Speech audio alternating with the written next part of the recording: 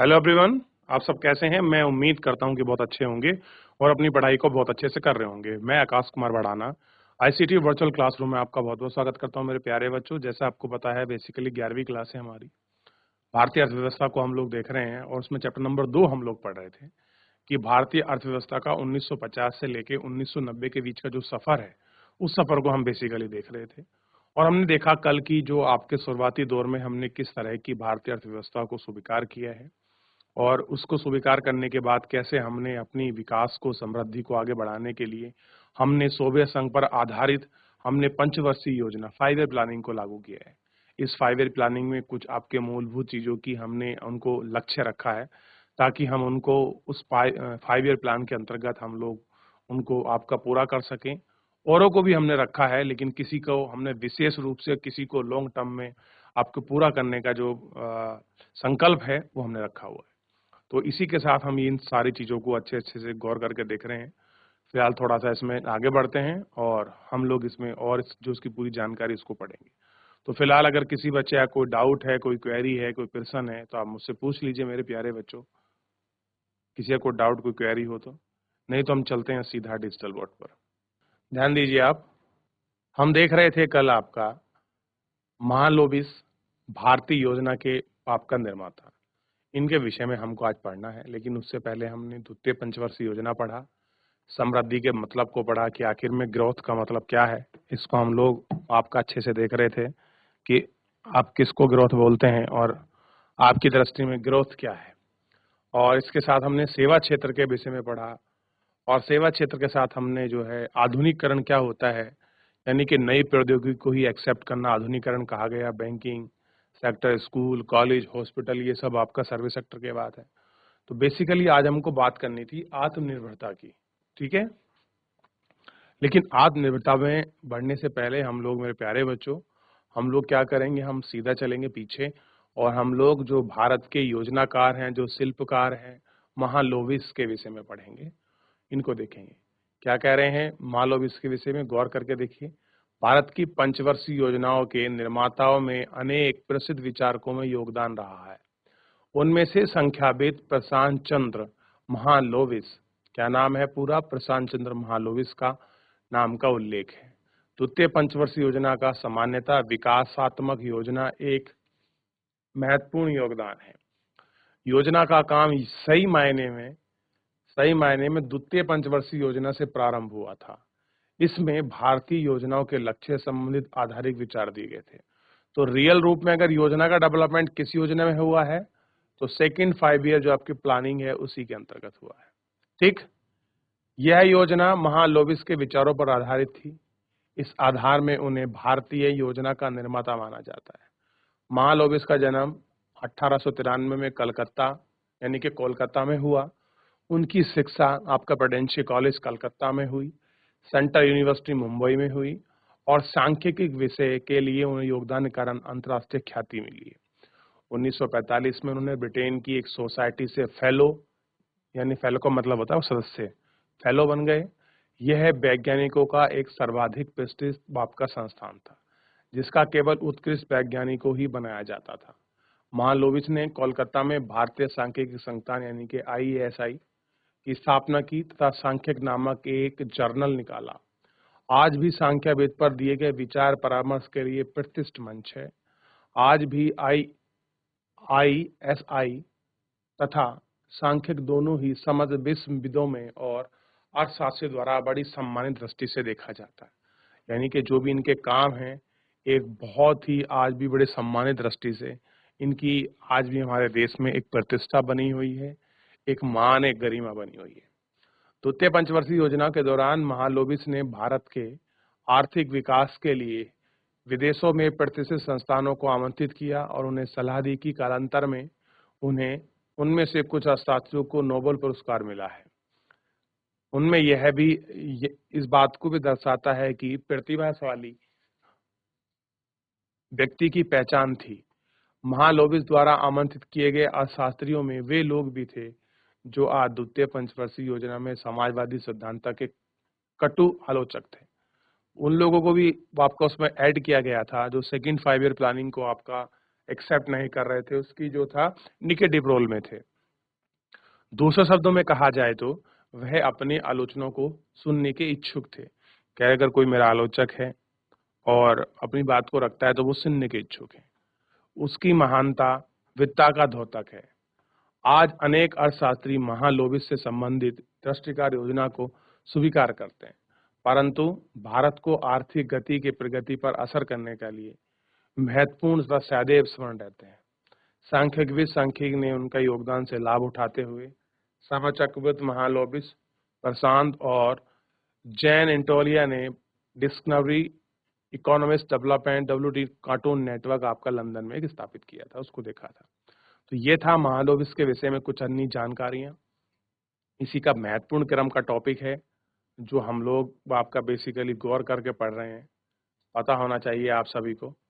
और ये हमारा टॉपिक है, और टॉपिक जैसा आपको पता है आत्मनिर्भरता, यानी कि किन चीजों में आत्मनिर्भरता, सेल्फ डिपेंडेंसी क्या है। देखिए, कोई राष्ट्र आधुनिकीकरण और आर्थिक समृद्धि अपने अथवा अन्य राष्ट्रों से आयातित संसाधनों द्वारा प्रयोग कर सकता है। किसको कहेंगे कोई चीज, कोई राष्ट्र आपका मॉडर्नाइज है, कैसे कहेंगे? या तो उसके मॉडर्नाइज पर, या इकोनॉमिकल जो ग्रोथ है, या जो अन्य राष्ट्रों से कोई आपके आयातित संसाधनों का प्रयोग करता है, तो हम कह सकते हैं कि ये क्या है। हम इसको बोल सकते हैं कि ये आपका जो है आत्मनिर्भरता की ओर बढ़ता हुआ कदम। हमारी प्रथम 7 पंचवर्षीय योजनाओं में आत्मनिर्भरता को महत्व दिया गया है। कितनी? जो पहली 7 5 ईयर प्लानिंग रही हैं उनमें हमने आत्मनिर्भरता को महत्व दिया है। आपको पता है, ना तो हम पहले खाद्यान्न में आत्मनिर्भर थे, ना ही हम और चीजों में, न दवाई में, ना किसी चीज में। हमको क्या करना पड़ता था?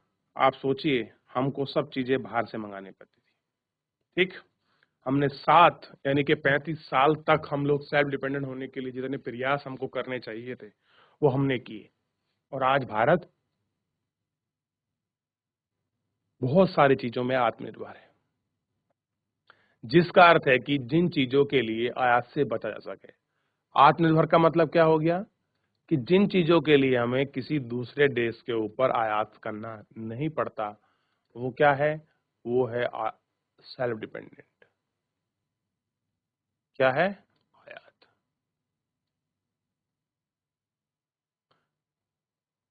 जिनका देश में ही उत्पादन संभव था, इसी नीति को विशेषकर खाद्यान्न के लिए देशों पर निर्भर कम तक करने के लिए आवश्यक समझा गया। हाल ही में विदेशी सामान से युक्त देश के लोगों की आत्मनिर्भरता की नीति को महत्व देना समझा जाता है।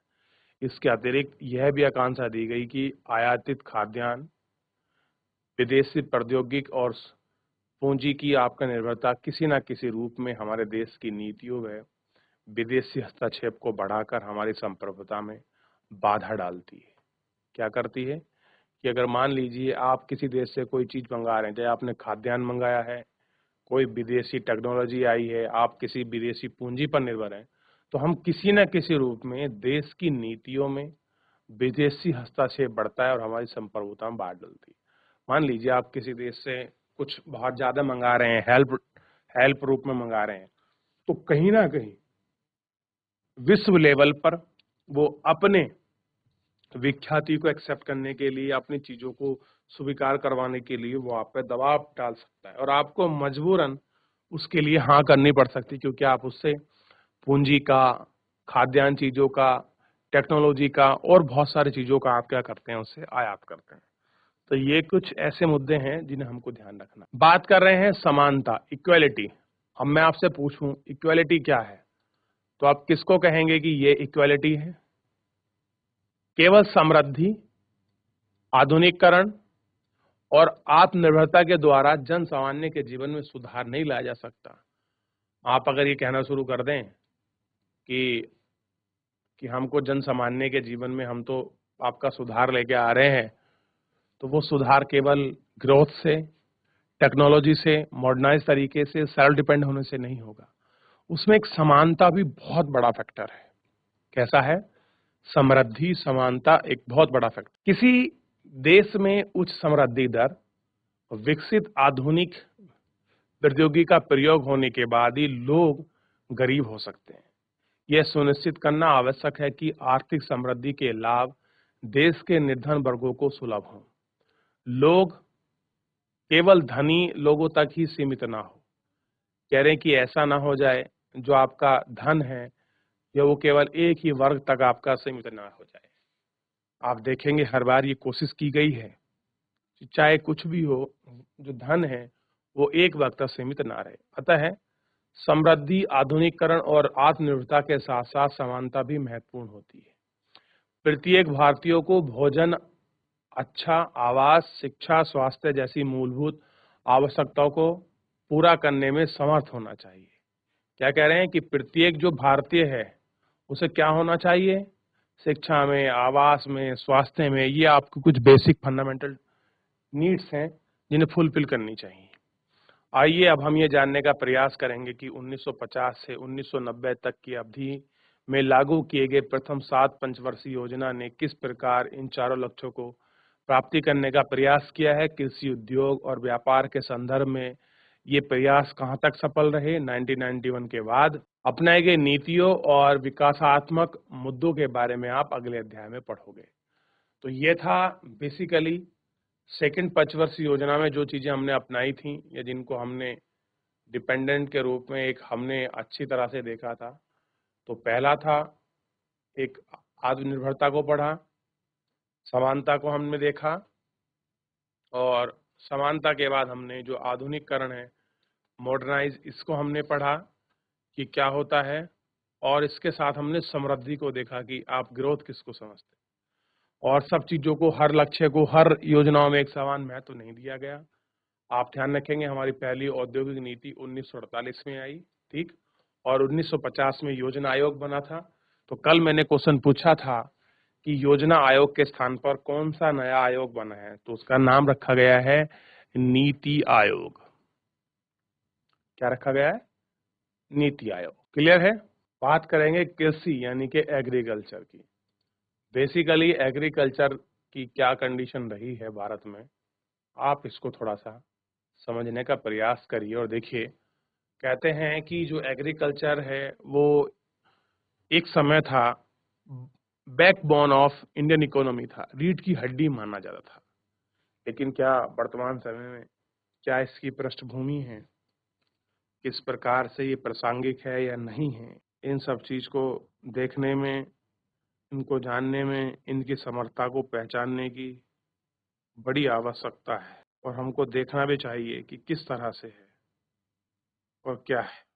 चलिए, तो पहले एक बार किसी कुछ अगर पीछे पूछना हो, कुछ डाउट हो, मुझसे पूछ लीजिए। देख लिया? आगे बढ़े। कह रहे हैं कि आपने पहले अध्याय में पढ़ा है कि औपनिवेशिक शासनकाल में कृषि क्षेत्र में ना तो समृद्धि हुई ना ही समानता पाई। क्या हुआ?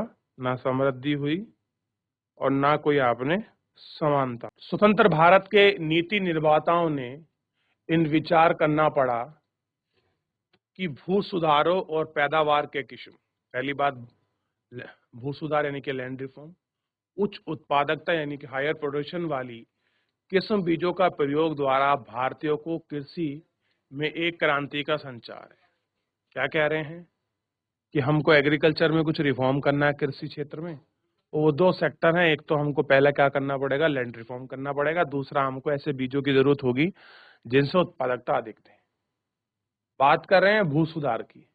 स्वतंत्रता प्राप्ति के समय देश की भू धारण पद्धति में जमींदार, जागीरदार आदि का वर्चस्व था। ये खेतों में कई सुधार किए बिना मात्र लगान की वसूली किया करते थे। भारतीय कृषि के में निम्नलिखित उपता के कारण भारत को संयुक्त राज्य अमेरिका से अनाज आयात करना पड़ता था। कृषि में समानता लाने के लिए भू सुधारों की आवश्यकता होती थी। किनकी होती थी? भू सुधारों की आवश्यकता होती थी, जिसका मुख्य उद्देश्य जोत के स्वामित्व में परिवर्तन करना था। बेसिक क्या था कि जो जोत है उसके स्वामित्व में परिवर्तन। आपने देखा होगा कि जो स्थायी बंदोबस्त व्यवस्था थी, जिसको हम आपका परमानेंट सेटलमेंट या अब आपका जमींदारी व्यवस्था कहते हैं, उस व्यवस्था ने आपका, आप देखेंगे पूरे एक बहुत बड़े क्षेत्र में जमींदार वर्ग को खड़ा कर दिया। एक ऐसा वर्ग जिसके पास बहुत सारी जमीन थी, उसी के पैरेलल गांव में दूसरा ऐसा वर्ग था जो बिल्कुल निर्धन था, जिसके पास जमीन का एक खूड़ तक नहीं था। ठीक, तो ऐसे में क्या हो रहा था कि गरीब व्यक्ति गरीब बना हुआ था, अमीर और अमीर हो रहा था। तो सरकार ने कहा कि इस चीज को भी हमको परिवर्तन लाना है। स्वतंत्रता के लिए एक वर्ष बाद में बिचौलियों का उन्मूलन कर उनको वास्तविक कृषक के भूस्वामी बना देने जैसे कदम उठाएगी। इसका उद्देश्य यह था कि भारत का स्वामित्व किसानों के निवेश की प्रेरणा देगा, बशर्ते उन्हें पर्याप्त पूंजी उपलब्ध कराई जाए। दरअसल समानता को बढ़ाने के लिए भूमि की अधिक सीमा निर्धारण करने की नीति है। इसका अर्थ यह है कि किसी व्यक्ति की कृषि भूमि के स्वामित्व की सीमा अधिकता का निर्धारण करना, कि एक किसी व्यक्ति पर कितनी जमीन हो सकती है, इसको देखना था। इस नीति का उद्देश्य कुछ लोगों में भू स्वामित्व के संकेंद्रण को कम करना था। बिचौलिया के उन्मूलन का नतीजा यह था कि 2 लाख काश्तकारों का सरकारों पर सीधा संपर्क हो गया। वे जमींदारों के द्वारा किए जा रहे शोषण से मुक्त रहा। भू स्वामित्व में उन्होंने उत्पादन में वृद्धि करने के लिए प्रोत्साहन मिला। उन्हें कृषि उत्पादन में वृद्धि हुई, किंतु बिचौलिया के उन्मूलन का समानता करने के लक्ष्य की प्राप्ति नहीं हो पा रही थी। कानून की कमियों को उठाकर कुछ भूतपूर्व जमींदारों ने कुछ क्षेत्रों में बड़े बड़े भूखंडों को अपनाकर स्वामित्व बनाया। कुछ मामलों में काश्तकारों को बेदखल कर दिया गया और भूस्वामी ने अपने किसान भूस्वामी यानी कि वास्तविक कृषक होने का दावा किया। कृषकों को भूमि का स्वामित्व मिल जाने के बाद निर्धनतम कृषि जैसे आपके बटाईदार, भूमिहीन, आपका श्रमिक भूमि सुधार में कोई लाभ नहीं हुआ। चाहे उन्होंने बताइए कोई आपका रिफॉर्म किया हो, लेकिन जिस तरह का रिफॉर्म हमको दिखना चाहिए था, कुछ ऐसा दिखाई दिया नहीं। अब आप ये देखिए, निर्धारण की हम लोग बात कर रहे थे ना। अब देखिए, हरित क्रांति के बाद अब तुम्हारी पेशकार में कौन रुचि लेगा। अब देखिए, हरित क्रांति हो गई है, उत्पादन अच्छा हो रहा है, तो आप इसको देख सकते हैं कि किस तरह से हरित क्रांति ने लोगों की उत्पादकता को बढ़ाया है। ये देख लिया आपने। अब देखिए, अधिकतम भूमि सीमा निर्धारण कानून ने भी यह बाधाएं आई। बड़े जमींदारों ने इस कानून को न्यायालय में चुनौती दे दी। बहुत सारे ऐसे जमींदार थे बड़े जो आपका लैंड रिफॉर्म नहीं चाहते थे, उन्होंने कोर्ट में चैलेंज कर दिया, जिसके कारण लागू होने में देर हो गई। इस अवधि में वे अपनी निकट संबंधियों आदमी के नाम पर करार कर कानून से बेचा गया। कानून में ये अनेक कमियां थी कि जिनके द्वारा बड़े जमींदारों ने भूमि पर अधिकार बनाए रखने के लिए लाभ उठाया। केरल और पश्चिम बंगाल की सरकारें वास्तविक किसानों को भूमि देने की नीति में प्रतिबद्ध थीं। कहाँ की गवर्नमेंट थी? ऐसा कहते हैं जो लैंड रिफॉर्म हुआ है, केरल और वेस्ट बंगाल से अच्छा कहीं नहीं कर पाई किसी भी प्रांत में सरकारें। तो सबसे अच्छा कहाँ हुआ है? केरल और पश्चिम बंगाल। इसी कारण इन प्रांतों में भू सुधार कार्यक्रम को विशेष सफलता पाई। दुर्भाग्यवश अन्य प्रांतों में सरकार के इसी प्रतिद्वंदता नहीं थी। अतः आज तक जोत में भारी असमानता है, और यही करने की जोत में असमानता आप देखेंगे, किसी के पास तो 10 बीघा जमीन है तो किसी के पास 10,000 बीघे, और किसी के पास 5 एकड़ जमीन तो किसी के पास 1 हेक्टेयर तक भूमि नहीं है। तो ये जो सारी भारी जोत में जो आपकी कमी है, ये उस समय जो लैंड रिफॉर्म हो रहा था, वो लैंड रिफॉर्म आपका सफल ना हुआ। उस सफल ना होने की वजह से ही ये सारी चीजें हमको देखने के लिए मिली। तो एक बार जितना पढ़ाया है उसमें कोई डाउट है, कोई क्वेरी है, पूछ लीजिए, नहीं तो मेरे प्यारे बच्चों फिर हम लोग आगे बढ़ते हैं। देख लिए बच्चों, चलिए आगे बढ़ते हैं। और बहुत सारी चीजें हैं जो इसके अंतर्गत हैं, उन सभी को हम देखते हैं। हरित क्रांति की बात कर रहे हैं, जिसको हम कहते हैं ग्रीन आपका रेवोल्यूशन। किस समय आया, क्या था ग्रीन रेवोल्यूशन की मूल अवधारणा, थोड़ा सा विचार करेंगे, देखेंगे। हरित क्रांति, स्वतंत्रता के समय देश की 75% जनसंख्या एग्रीकल्चर पर डिपेंडेंट थी। कितनी population? 75% population depend on agriculture. इसी क्षेत्र में उत्पादकता बहुत कम थी। प्रोडक्शन कैसा था? बहुत पुअर कंडीशन में था, क्योंकि पुरानी टेक्नोलॉजी हमारे पास हम लोग प्रयोग कर रहे थे, यानी कि ओल्ड टेक्नोलॉजी का हम लोग यूज कर रहे थे। जैसे क्या थी कि अधिक संख्या किसानों के पास आधुनिक संरचना की नियत अभाव था। भारत की कृषि मानसून पर डिपेंड थी। एग्रीकल्चर की जो कृषि किस पर डिपेंड थी? मानसून पर। यदि मानसून का स्तर कम होता तो किसानों की कठिनाई होती। उन्हें सिंचाई सुविधा उपलब्ध नहीं थी। यह उपलब्धता कुछ किसानों के पास थी। औपनिवेशिक काल का गतिरोध हरित क्रांति के स्थायी रूप से समाप्त हो गया। इसका तात्पर्य उच्च पैदावार वाली किस्मों के बीज एचआईवी के प्रयोग से है, विशेषकर गेहूं तथा उच्च चावल में वृद्धि से है। इन बीजों का प्रयोग के लिए पर्याप्त मात्रा में उर्वरक, कीटनाशक और निश्चित जल आपूर्ति की आवश्यकता थी। इन आगतों का सही अनुपात में प्रयोग होना महत्वपूर्ण है। बीजों की पैदावार होने वाली किस्मों से लाभ उठाने वाली किसानों की सिंचाई, विश्वसनीय सुविधाओं और उर्वरकों तथा कीटनाशकों आदि का खरीदार के लिए वित्तीय संसाधनों की आवश्यकता थी। अतः हरित क्रांति के पहले चरण में 1960 के दशक से 1970 के दशक के मध्य, दशक का मतलब होता है 10 साल में एचवाई बीज क्या है? जो आपके अधिक उत्पादकता देने वाले जो बीज हैं उनका नाम है एचवाई बीज का प्रयोग सबसे पहले कहाँ हुआ? पंजाब, आंध्र प्रदेश, तमिलनाडु जैसे समृद्ध राज्यों तक ही सीमित रहा। ठीक। और था क्या बेसिकली इसमें किसानों को सिंचाई, कीटनाशक, उर्वरक आदि के लिए वित्तीय सहायता उपलब्ध कराना था। गेहूं पैदावार करने के क्षेत्र में शामिल था। हरित क्रांति का द्वितीय चरण 1970 के दशक के मध्य और 1980 के दशक के मध्य, यानी कि 60 से 70 में तो ये पैदा हुई। एचवाई बीज की प्रौद्योगिकी का विस्तार कई राज्यों तक पहुंचा और कई फसलों का लाभ हुआ। इस प्रकार हरित क्रांति प्रौद्योगिकी के प्रसार से भारत में खाद्यान्न उत्पादन की निर्भरता प्राप्ति हुई। अब भारत अपने खाद्यान्न संबंधी आवश्यकताओं की पूर्ति के लिए अमेरिका या किसी अन्य देश की कृपा पर निर्भर नहीं थे। यदि किसान बाजार में बेचने की जगह एक उत्पादन का अधिकांश भाग स्वयं ही उपभोग करता था, केरल में क्या करना पड़ता था? एक ही भाग अपने लिए स्वयं उपभोग करना पड़ता था, तो अधिकांश उत्पादन अर्थव्यवस्था पर कुल मिलाकर कोई फर्क नहीं पड़ेगा। दूसरी ओर यदि किसान पर्याप्त मात्रा में अपना उत्पादन बाजार में बेच सकते हैं तो अधिक उत्पादन का एक निश्चित अर्थव्यवस्था पर प्रभाव पड़ता है। किसान द्वारा उत्पादन का बाजार में बेचा गया अंश ही परिणत अवशेष कहलाता है। हरित क्रांति में किसान अपने गेहूं और चावल के अतिरिक्त उत्पादन का एक अच्छा खासा भाग बेच रहा है। कैसा कर रहा है? एक अच्छा खासा सा भाग है जो वो आपका बेच रहा है। ठीक। इसके फलस्वरूप खाद्यान्न की कीमतों में उपभोक्ता की वस्तुओं में अपेक्षाकृत कमी आई है।